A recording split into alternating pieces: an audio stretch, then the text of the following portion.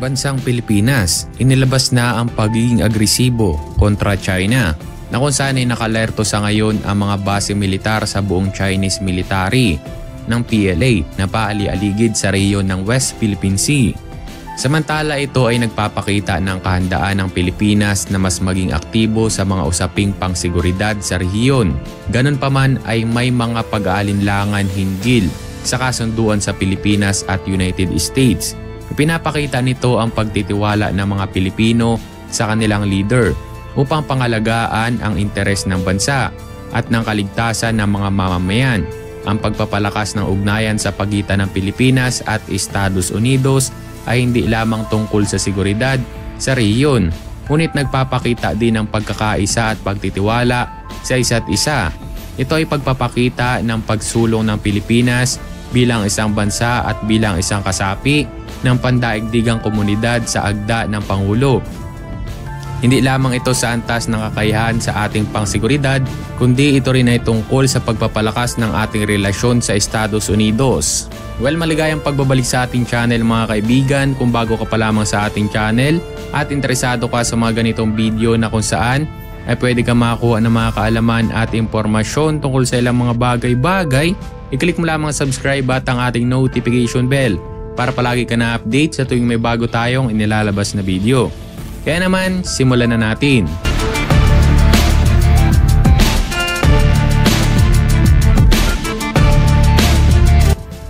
Ayon sa ulat, sinabi mismo ni Pangulong Marcos na ang mga bagong base militar ay nagpapakita ng pagtutulungan sa pagitan ng bansang Amerika at ng ating bansang Pilipinas sa pagpapanatili sa kapayapaan at seguridad sa rehiyon.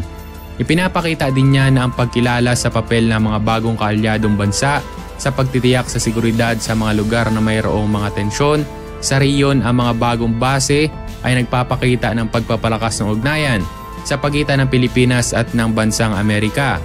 Ito ay nagpapakita ng kahandaan ng Pilipinas na mas maging aktibo sa mga usaping pangseguridad sa rehiyon.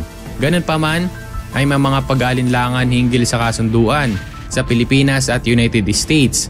Samantala ay may mga ilang grupo naman ang naniniwala na ito ay maaaring magdulot ng pagkakawatak-watak sa rehiyon. Sinasabi nila na ang pagbibigay ng mga base sa mga bansang kasapi sa rehiyon ay maaaring magdulot ng tensyon sa pagitan ng mga bansa.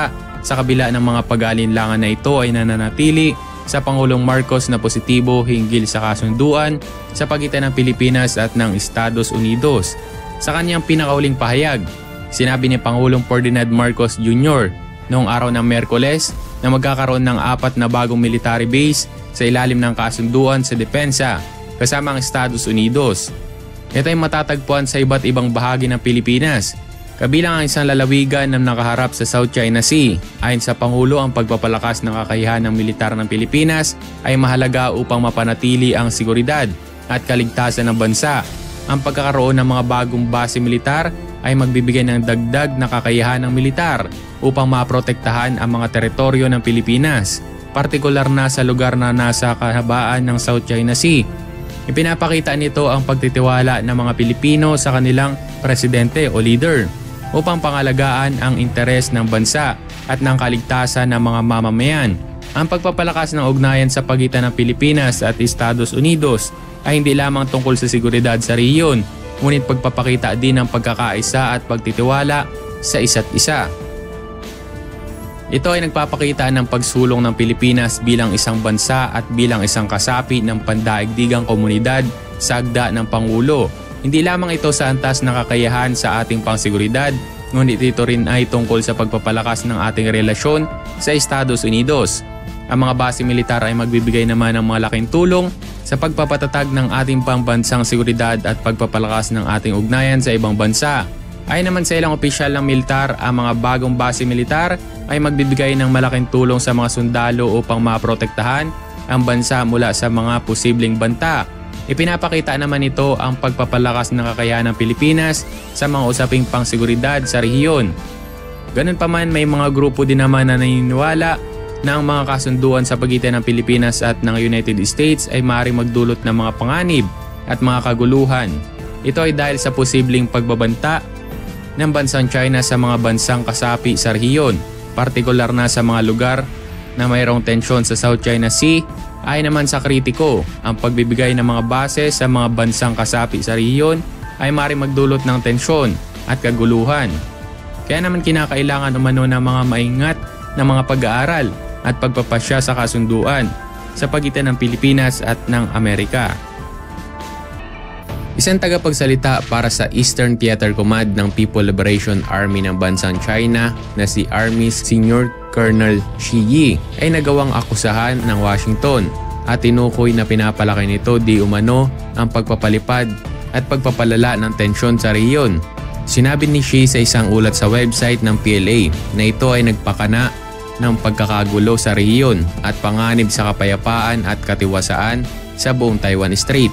Pinapalala pa ang kaakusasyon na ito sa mga state media ng bansang China kung saan naglabas ang isang artikulo sa nationalist state run ng Global Times na nagsasabing ang paglipad ng United States Navy anti-submarine warfare and surveillance jet ay isang pagsulsol na may layunin magdulot ng kaguluhan. Samantala, sinabi naman sa isang pahayag ng United States 7th Fleet na patuloy sila magpapalipad, maglalayag at magpapatakbo kahit saan na pinapayagan ng pandaigdigan na batas, kabilang ang loob ng Taiwan Strait. Ang Komunistang Partido ng China ay naangkin naman ang bansang Taiwan. Nababahala na rin ng Japan sa military drills ng China sa paligid ng Taiwan. Ayon kay Japanese Ambassador to the Philippines, Koshikawa Kazuhiko,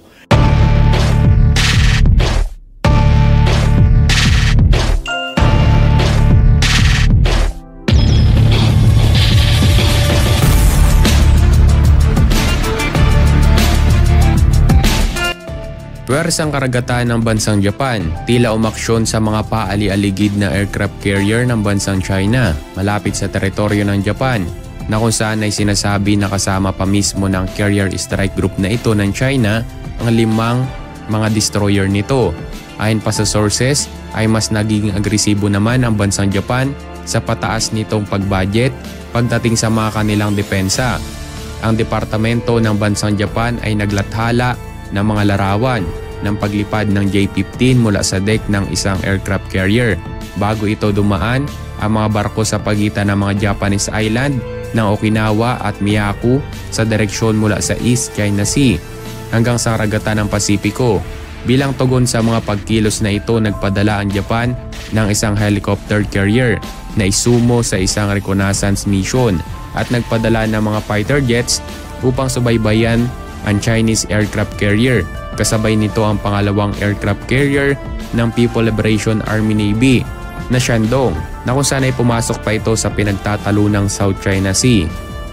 Well, maligayang pagbabalik sa ating channel mga kaibigan. Kung bago ka pa lamang sa ating channel at interesado ka sa mga ganitong video na kung saan ay pwede ka makakuha ng mga kaalaman at impormasyon tungkol sa ilang mga bagay-bagay, i-click mo lamang subscribe at ang ating notification bell para palagi ka na-update sa tuwing may bago tayong inilalabas na video. Kaya naman, simulan na natin.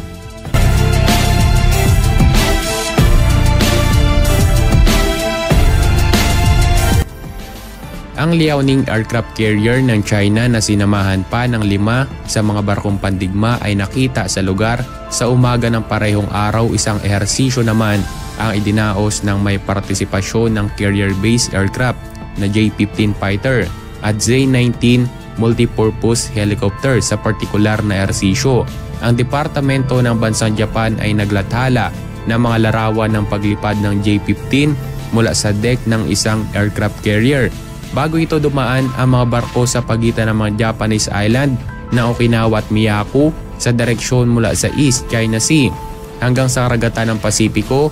Bilang tugon sa mga pagkilos na ito, nagpadala naman ang bansang Japan ng isang helicopter carrier na isumo sa isang reconnaissance mission at nagpadala ng mga fighter jets upang subaybayan ang Chinese aircraft carrier. Kasabay nito ang pangalawang aircraft carrier ng People Liberation Army Navy na Shandong ay pumasok naman sa pinagtatalo ng South China Sea upang magsagawa ng makatotohanang combat-oriented drills sa isang hindi matukoy na lokasyon. Ang mga drills na naiulat na kasama ang paglabag ng mga fighter jets, damage control at maritime and search rescue mission.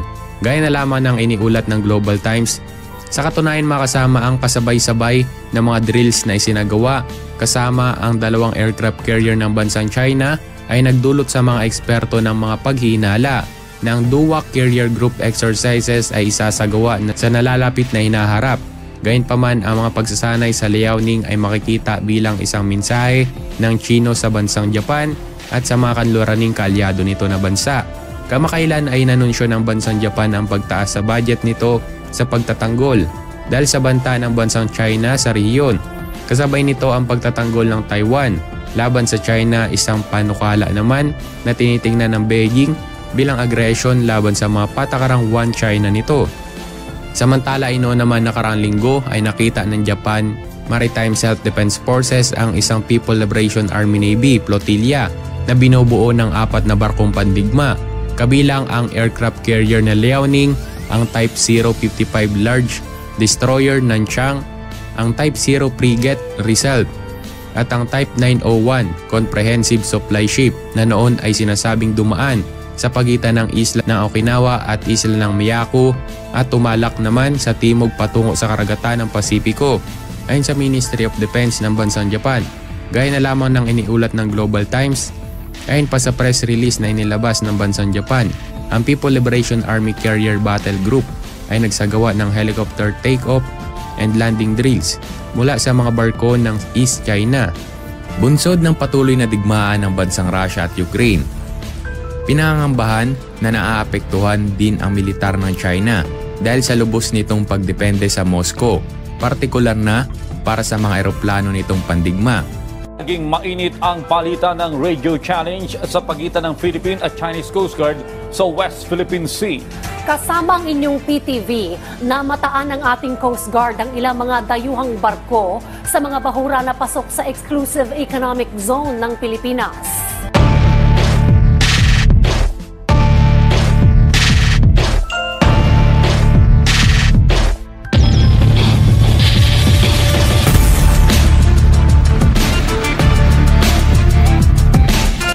Philippine Coast Guard o PCG, sinasabi na magdaragdag ng mga barko sa West Philippine Sea na kung saan ay para ito sa mga pagkontra sa mga pananakop na ginagawa ng China sa rehiyon ng WPS o West Philippine Sea. Samantala ang Malaysia naman, Brunei at Vietnam ay may magkakapatong na pag-angkin sa mga bahagi ng dagat. Noong nakaraang buwan lamang ay inutusan ng Manila ang militar nito na palakasin ang presensya nito matapos lumabas ang isang ulat na sinimula ng China na bawiin ang ilang mga nasakop nito na mga lupain sa ilang bahagi ng Spratly Island.